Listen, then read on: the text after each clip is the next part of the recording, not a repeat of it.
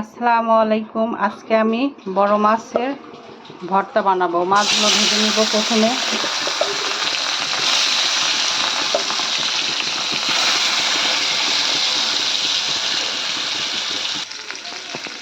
মাছ ভাজা হয়ে গেছে, এখন মাছগুলো তুলব।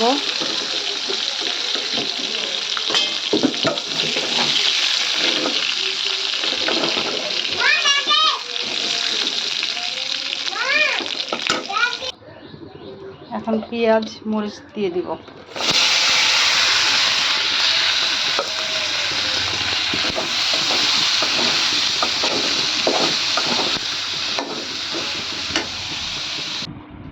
মাছের কাঁটাগুলো বাছা হচ্ছে।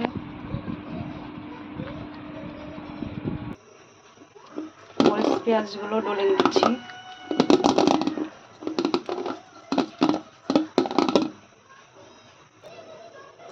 মাছগুলো দিয়েছি, এখন দিয়ে ভালো করে মেখে নিব।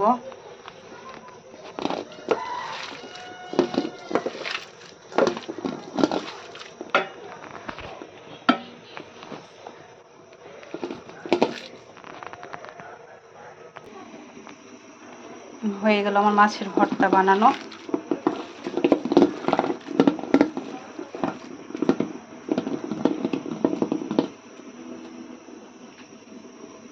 মেয়ের জন্য মাছের টিকা বানাবো।